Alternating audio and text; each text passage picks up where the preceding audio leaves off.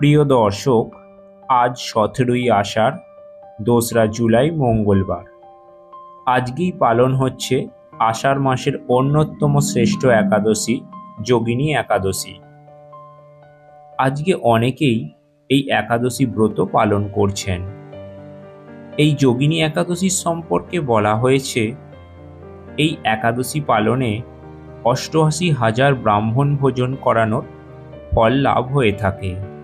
এবং এই একাদশী পালনের সবথেকে গুরুত্বপূর্ণ বিষয়টি হল, শরীরে যে কোনো ধরনের রোগ বা স্বাস্থ্য সমস্যা থাকলে তা নির্মূল হয়ে যায় এই যোগিনী একাদশী ব্রত পালনে। পাশাপাশি এই একাদশী ব্রত পালনে সমস্ত পাপ বিনষ্ট হয়। বলা হয়ে থাকে, যদি কোনো কারণে কোনো ব্যক্তি এই একাদশী ব্রতটি পালন করতে আজ নাও পারেন, কেবলমাত্র এই যোগিনী একাদশী ব্রত কথাটি শ্রবণও করেন, তাহলে এই একাদশীর যে ফল তার অনেকাংশেই লাভ করা যায়। এবং যারা আজ একাদশী পালন করছেন, সেই একাদশীর পূর্ণ ফল তখনই লাভ করতে পারবেন যখন একাদশীটির ব্রত কথা শ্রবণ করবেন। চলুন তাহলে আজ শুনে নেই যোগিনী একাদশীর ব্রত কথাটি। একবার মহারাজ যুধিষ্ঠির ভগবান শ্রীকৃষ্ণকে বললেন, হে বাসুদেব, কৃপাবশত আমার কাছে এই একাদশীর মাহাত্ম্য বর্ণনা করুন। তখন শ্রীকৃষ্ণ বললেন, হে মহারাজ, সকল পাপ বিনাশিনী ও মুক্তি প্রদানকারী এই একাদশী ব্রত কথাটি আপনার কাছে এখন বলছি, আপনি মনোযোগ সহকারে তা শ্রবণ করুন। একসময় অলকানগরে শিবভক্ত কুবের নামে এক রাজা ছিলেন। তিনি প্রত্যহ শিব পূজা করতেন এবং তার হেমমালী নামে এক মালী ছিল। সে প্রতিদিন শিব পূজার জন্য মানস সরোবর থেকে ফুল তুলে নিয়ে এসে রাজা কুবেরকে দিতেন। বিশালক্ষী নামে হেমমালীর এক রূপবতী পত্নী ছিল। একদিন হেমমালী তার পত্নীর প্রতি আকৃষ্ট হয়ে রাজভবনে যেতে ভুলে গেল।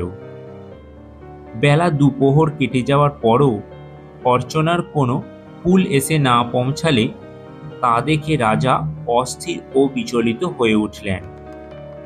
মালীর বিলম্বের কারণ জানতে তখন রাজা তার বাড়িতে রাজদূত পাঠালেন। রাজদূত সমস্ত খবর নিয়ে এসে রাজাকে সেই মালীর বিলম্বের কারণ জানালেন। সমস্ত কথা শুনে রাজা রেগে তখনই মালীকে তার কাছে হাজির করতে আদেশ দিলেন।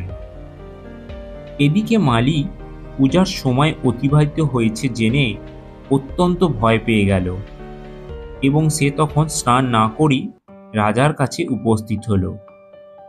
তাকে এইরূপ অবস্থায় দেখে রাজা আরো ভীষণ ক্রোধান্বিত হয়ে উঠলেন এবং ধমক দিয়ে বললেন, ওরে পাপিষ্ঠ দুরাচার, তুই দেব পূজার পুষ্প আনতে বিলম্ব করিস, অবজ্ঞা করিস, তাই তোকে অভিশাপ দিচ্ছি, তুই শ্বেতকুষ্ঠগ্রস্ত হয়ে যা, আর এখনই স্ত্রী সহ তুই এই রাজ্য থেকে বিতাড়িত হ। তখন কুবেরের এই অভিশাপে হেমমালী তার পত্নীর সাথে দীর্ঘকাল যাবৎ কুষ্ঠরোগ ভোগ করতে লাগল। রোগের তীব্র যন্ত্রণায় সে নরক যন্ত্রণা ভোগ করল। এইভাবে বহু কষ্টে হেমমালী দিন যাপন করতে লাগল। একদিন হেমমালী ঘুরতে ঘুরতে হিমালয়ের মার্কেন্ড ঋষির আশ্রমে উপস্থিত হইল। কুষ্ঠরোগে পীড়িত সপত্নী হেমমালীকে দেখে শ্রী মার্কেন্ড ঋষি বললেন, কার অভিশাপে তোমার এরকম অবস্থায় পরিণত হয়েছে?